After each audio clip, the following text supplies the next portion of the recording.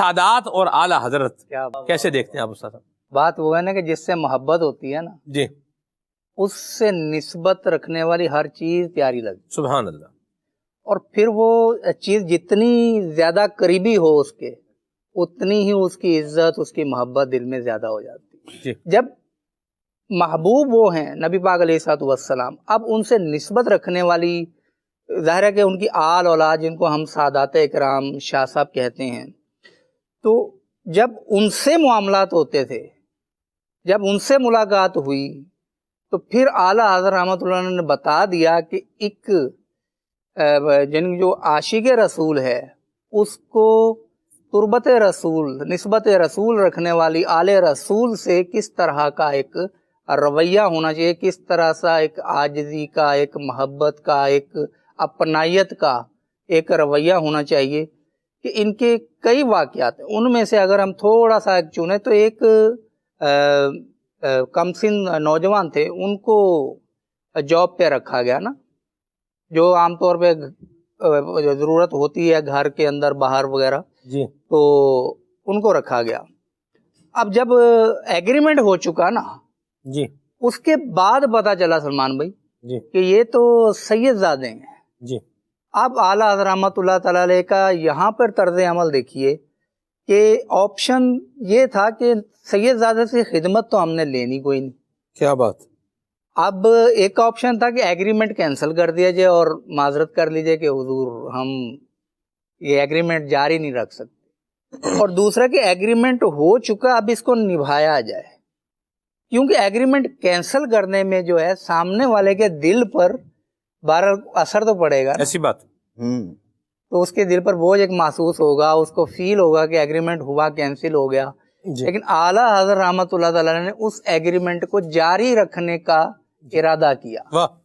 لیکن ایگریمنٹ جاری کیسے رکھا کہ دو حصے ہوتے ہیں عدنان بھائی اس کے. ایک تو کہ آپ نے ایگریمنٹ کے اندر یہ طے کیا کہ یہ کام آپ کو کرنے ہوں گے، جی اور دوسرا ایگریمنٹ یہ ہوتا ہے کہ ہم آپ کو یہ پیش کریں گے جی جی سیلری وغیرہ. ہاں جی.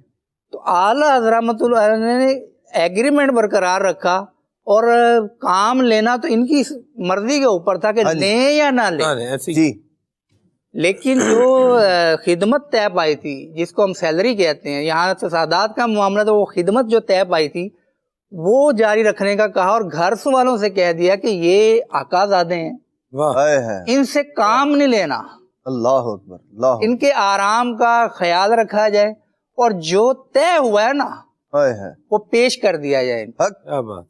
اب وہ کچھ عرصہ وہاں رہے، اور پھر وہ بات یہ نا کہ تیری نسل پاک کا ہے بچہ بچہ نور کا، وہ بھی خوددار تھے.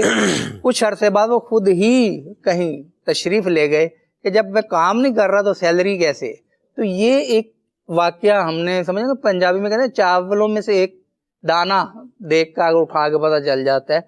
اعلیٰ حضرت رحمۃ اللہ نے سادات کرام سے ایسا ایک وہ تھا پیار محبت کہ اعلیٰ حضرت رحمۃ اللہ علیہ کا ہم جب شان علم دیکھتے ہیں اور ان کا مقام اور مرتبہ دیکھتے ہیں علمی دنیا میں، معاشرے کے اندر، تاریخ کے اندر، تو اب ایسا شخص جب کسی کے ہاتھ چومے تو اس کے دل میں اس شخص کی جس کے اس نے ہاتھ چومے کیسی عزت، کیسی قدر، کیسی عظمت ہوگی کہ عید الفطر کے بعد جی ایک وہاں پر تھے سید قناعت علی شاہ صاحب، سبحان اللہ.